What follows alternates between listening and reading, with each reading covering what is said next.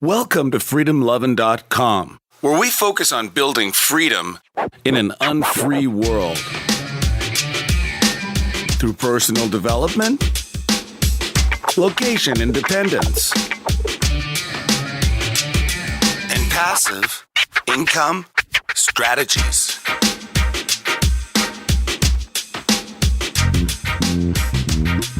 Now here's your host, Kevin Koskela. Welcome to Freedom Lovin'. This is Kevin, and this is episode number 40, the big 4-0. Got a few things to discuss today. Wanted to talk a little bit about Puerto Rico and the things that I've learned about that country and freedom, and then also want to talk a little bit about the idea of change. So stay tuned for that. We had a new rating and review on the show from iTunes, and this is from Kick-Ass Andy. He says, loving it. It's actually with the G at the end. 5 stars. Kevin, loving the past podcasts and was wondering how things are going in Mexico and when we can expect more podcasts. Keep it up, buddy. Freedom! With a bunch of exclamation points.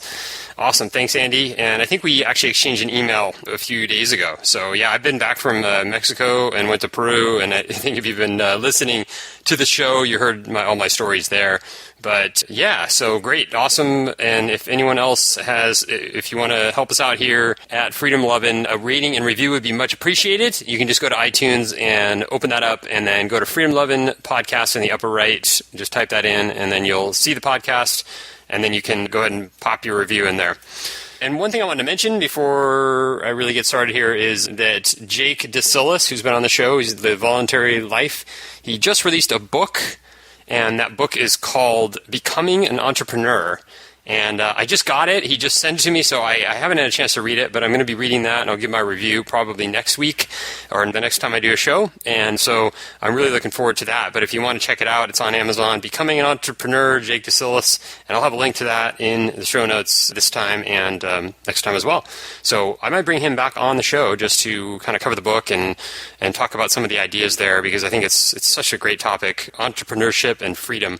Speaking of freedom, I was looking around a couple weeks ago. No, actually, it was a couple months ago. I saw an article that said something about moving to Puerto Rico, and it was on the Doug Casey site. I didn't read the article, but then a couple nights ago, I was listening to the Sovereign Man podcast, and he mentioned some ideas of how to, get really cut down on your tax burden and go to places that are much more tax-friendly than the U.S., and he was talking about Hong Kong and Singapore, and then he said Puerto Rico, and that kind of caught my ears. I hadn't heard anyone talk about Puerto Rico before I read that article title a few months back.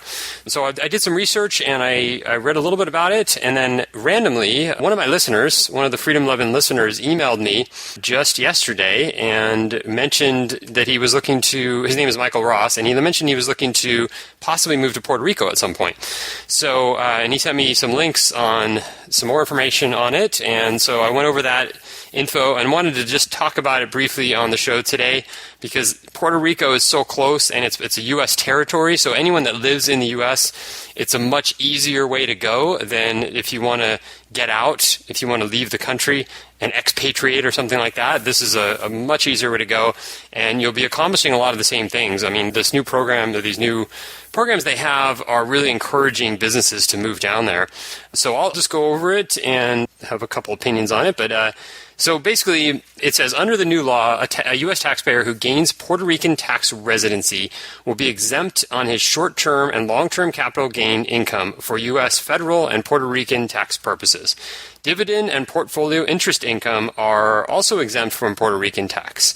So as an investor, if you want to set up residency, that is going to save you a ton of money. So that's going to be, I'm sure that a lot of people are going to be headed down there for that reason alone. And then it says businesses that relocate to Puerto Rico can significantly reduce their taxable income. The top U.S. federal corporate tax is 35%. Under the Export Services Act in Puerto Rico, services that are directed to foreign markets may qualify for a top tax rate of only 4%. So that's quite a bit of savings. And then there's some more information here. There's another site called theburningplatform.com. This guy wrote an article about why he moved to Puerto Rico. He's living there, and he's from the U.S., and he's an entrepreneur and an investor. And the main thing, I mean, he talked a lot about all the different things. He gave a glowing review of, just the climate and the beauty of it and a lot of stuff. But there's just a couple things that I kind of pulled out of what he said in that article. Anyway, the article is titled "Why I Really Moved to Puerto Rico and You Should Too." And his name is Alex Daly. The things that I wanted to focus on are the one really good thing, the thing that I think is really positive that he says. He says, then there are the other entrepreneurs.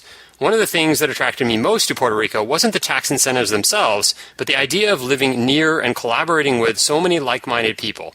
And that's proven as good or better than I hoped. Between everyday social activities and organized mixers like the meetings of the, quote, Act 20/22 Society, there has been a nonstop barrage of new people to meet, all of whom are as entrepreneurial as I am. Business ideas floated around dinner, hiring tips over golf, late-night real estate investment discussions, dozens of emails to share investment ideas, all just this week. So that's really cool to me because that sounds kind of like the dynamite circle that I'm a part of, where you go somewhere like Southeast Asia and you can have just a circle of people, dynamite circle of people that you can chat with, you can go out to drinks with, you can have dinner with, and it's all, kind of business related, and a lot of people are doing the same type of things, so it's kind of a like-minded crowd. And that's something that's really important because really ultimately it comes down to the people. I mean, if you save a ton of money on taxes, that's great. But like he said, it really was more important to him to have that community there. So, and that's something that I would definitely be looking for, as well as kind of the community that you're living in. I mean, I think it has to be a comfortable situation. And I'll get to the next thing, which relates to that. He mentioned crime rates, and now Puerto Rico is known for having high crime rates. So that's one of the things that I think a lot of people will kind of hesitate when they hear about Puerto Rico as a place to move to, is that it's a dangerous place. And of course, in my estimation, it's probably overblown, but you have to look at the realities of it. So he says, well, crime rates, they're not that bad. They're equivalent to something like a major U.S. city like Detroit, or I think he mentioned St. Louis or something. Well, I hear Detroit, and I don't think that's a good positive comparison. So I think Detroit has got probably the highest crime rate in the U.S. and got a lot worse over the past few years when things, kind of got bad there with business and everything. So I don't know. I'm really suspicious about the crime rate. That's still, for me, a red flag when he's comparing it to Detroit.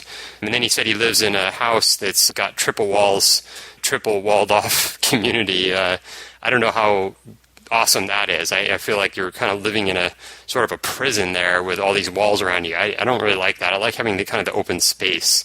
That's definitely something that would deter me, but I would definitely go visit Puerto Rico, as I'm sure it's a beautiful place. And then they have this rule or this law, something about home offices, where if you say that you work from home, then the authorities will come out and inspect your home and make sure that you're not lying, that you actually are working from home, and they'll check everything out, make sure it's legitimate.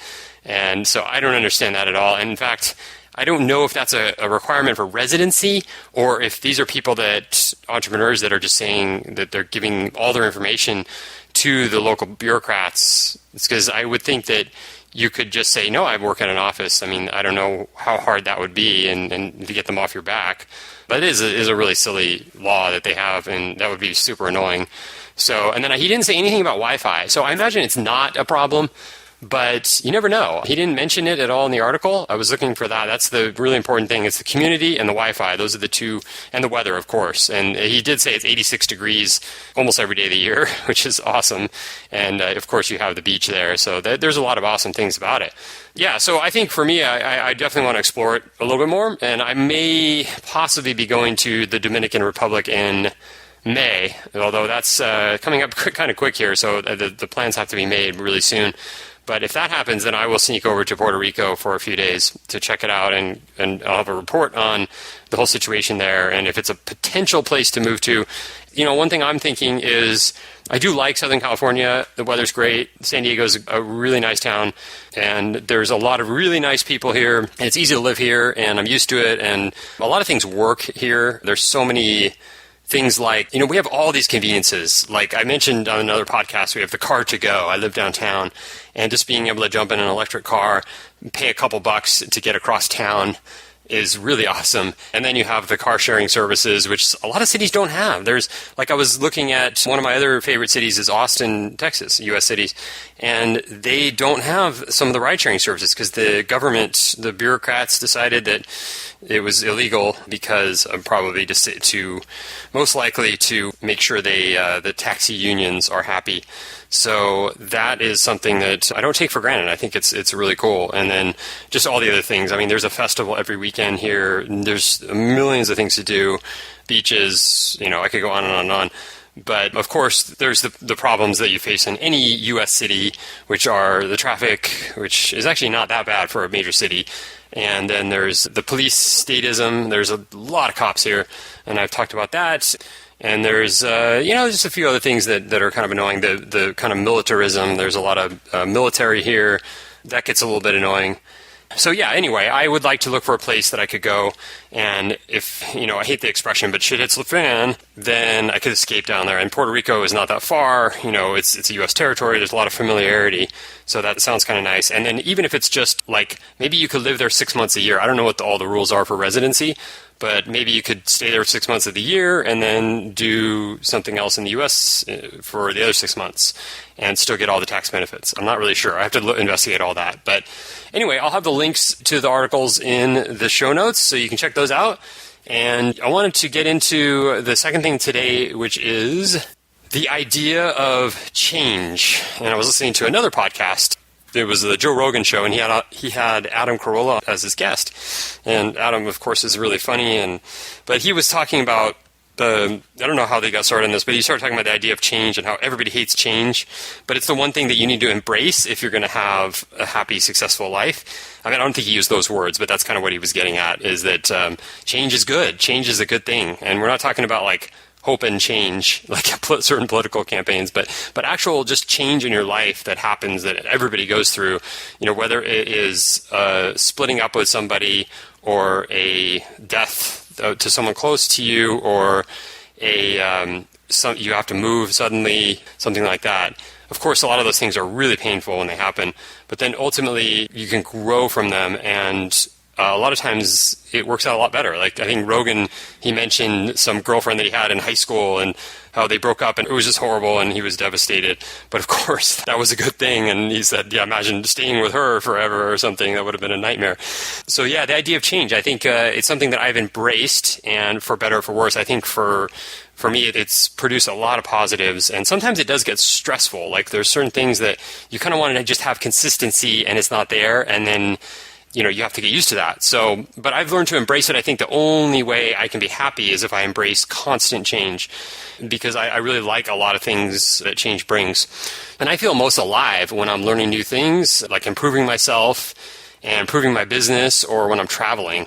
And all those things involve change. And I take it to kind of an extreme. I mean, I move quite often. I don't have any furniture, so I can just move whenever I feel like it. And so I do that. And so that is not something that most people would want. But I've learned to kind of just move into a new place and adapt as fast as possible, and not really get super stressed out about moving, because it's just traveling. I just don't have to, stress too much about moving a whole bunch of stuff. I think I have 4 boxes now, and then I have clothes, and that's about it. So it's not a huge stressful thing to actually move. So I've kind of embraced that kind of moving, traveling lifestyle. And life is actually easier when we learn to embrace change instead of fighting it. And I've definitely gone through periods earlier where I was fighting a lot of changes, fighting things that I didn't want to change. But then once I just accepted it, it became a lot easier. And last weekend, on Saturday, I went to an event here in La Jolla, and it was a TEDx event. I'm sure that a lot of you have heard of the TED Talks, and they do these TEDx talks. It's kind of like a mini version of a TED Talk, of a TED event. And overall, the event was not that good. I mean, it was a beautiful setting. It was at the house, actually, of this couple that lives there, and they're involved in all sorts of things locally. He used to be big in the triathlon scene and the throwers. And so, I mean, they did a good job setting it up. The sound was good. They had some really good music. So I guess I shouldn't say it was a bad event, but some of the speakers, or quite a few of the speakers, were actually pitching something. So there was a couple speakers that didn't even teach anything. They didn't even really say anything. They just kind of got up there and said, this is kind of what I do and this is what I'm selling. And it was like, okay. And a lot of people were kind of pitching their books. So that's kind of annoying. But there was one speaker that was really awesome. I mean, not only one, but this was one of the ones that was really, really awesome. And it was this girl, and her name is Breezy Bochenek. And I hope I'm saying that last name right. She lost her leg to cancer at age 10. She had, I think she got diagnosed with cancer at age 10, and then it was some sort of rare bone cancer, and she had to have a leg amputated at age 11. And she's like 12 right now, and she's giving this talk, and she's like a really good speaker. And her thing was basically that getting outside your comfort zone is, she says it's where the magic happens. So I'm going to play this talk that she gave accepting an award earlier this year. And then I'll come right back on the other side. Wow. Thank you for this. It's a true honor to be acknowledged as an athlete in a room filled with so many, rock stars. It's amazing to be here among such accomplished athletes. I will tell you that since having my leg amputated 2 years ago, running, biking, and swimming have taken on a whole new importance to me. Truthfully, after 10 months of chemo, stamina, which is a new vocabulary word for me, took on a whole new meaning too. To be honest, at the age of 11, I didn't truly understand what a triathlon, even a mountain bike version, was really like. So my dad asked me if I wanted to do one. Only a month after getting my OSER running leg from Challenge Athletes, I said, sure, why not? I mean, we had a whole 10 days to train, so let's do it. Wow, that was tough. I had no endurance at all.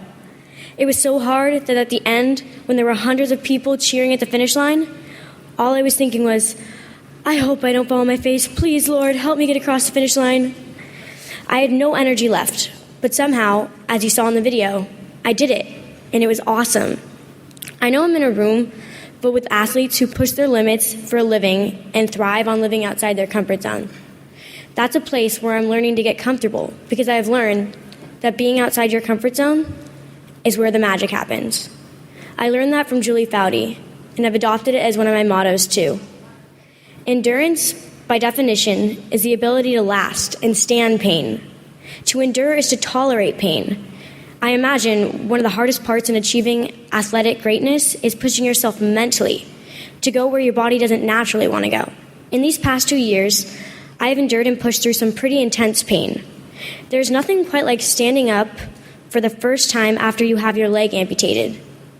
Fighting through the pain as the blood rushes to the end of your stump for the first time. The intense pain as the severed nerves fire up for the first time. Confused as they no longer reach my toes. Instead, feeling as though they were tied in a knot. Thankfully, that pain was fleeting. I have phantom pain occasionally, but for the most part, the pain I endure is by choice. I choose to push myself further and expect more from my body. Others are not so lucky. I have witnessed 2 of my fellow osteosarcoma warriors battle the end stages of cancer. Now that is painful. Large tumors filled their lungs, crushed their spines, and crowded their brains. While my friend DJ passed away in May at the age of 10, my dear friend Taylon continues to endure this fate. She's 12, just like me. She has had several surgeries and reached a point where there are no comfortable positions. Yet, she fights on. Her motto is, I'm alive, so I might as well live. And while her ability to do things decreases, her will remains strong. In honor of her and those who have lost their battle, I will continue to endure, because my pain is fleeting. I will continue to live life to the fullest, enjoy all it has to offer me, and in everything I do, I will do it wholeheartedly. I owe that to my friends. When I get back home, I will learn how to run on my brand new running leg. Now, with the prosthetic knee, I will get back on my bike and hopefully fall off less. And I will continue to fine-tune swimming with one leg instead of 2. I still have to figure out how to stop swimming in circles. So, I have some pretty good news for all of you. Your titles, your trophies, and your awards are all safe. For now. But, as I stand up here and look around the room, I can tell you that I love being active and being outside. So I'm going to press on. I have a couple tries on the calendar, and one day, maybe just one day, I can follow in the footsteps of my inspiration and mentor, Sarah Reinerson, and be the youngest female amputee to finish the Ironman in Kona. That's the plan, anyway. A girl can dream, right? Thank you very much.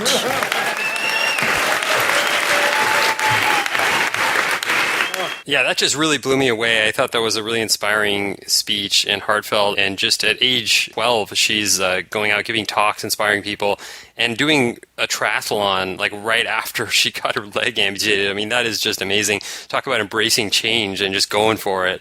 That was one that I really thought was relevant, and it could help a lot of people. I mean, and that idea of getting outside your comfort zone. I mean, people talk about it a lot, but most people never get outside their comfort zone. They're 50, 60 years old, and they've been working at the post office their whole lives and never moved out of their hometown.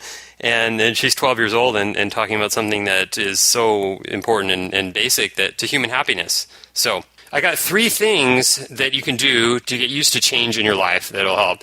And the first one is that this is something I'm doing for the last 2 weeks, and it's really good. Oh, actually, I've been sort of doing a version of it, but meet one new person a day.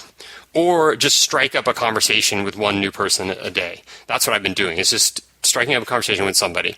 And then the third way you can do this, just a really mellow thing, is just saying hi to somebody. Which actually sometimes that's just saying hi, hello to somebody. It's sort of almost weirder than starting a conversation and asking them how their day's going or something. So I've been doing more of the conversation thing. And it's amazing, though, because it's like, I kind of look for people that look like they might be friendly or might be not necessarily friendly, but they might be receptive. And I don't see that ever. Like, I just never see receptive people. Most people are on their phones, or they're looking down, or they're looking really serious and focused on something. So, it's almost like you have to interrupt them to actually start a conversation. I also live in a building, so it's a little bit easier because I have an elevator that I have to take to get to my apartment, and inevitably there's always somebody, once a day or so that I bump into in the elevator. So easy to start that conversation because otherwise you're just staring at the buttons or something. Yeah, and that takes you out of your comfort zone, and it's like you never know what's going to happen. A lot of times you just have a little friendly conversation and you move about your day, but you never know. You might meet somebody really interesting or someone you want to spend time with, or something like that. So it's a nice thing to get in the habit of doing, and I'm going to keep doing that, and I'm going to add some things to it to make it a little bit more challenging, get me more out of my comfort zone.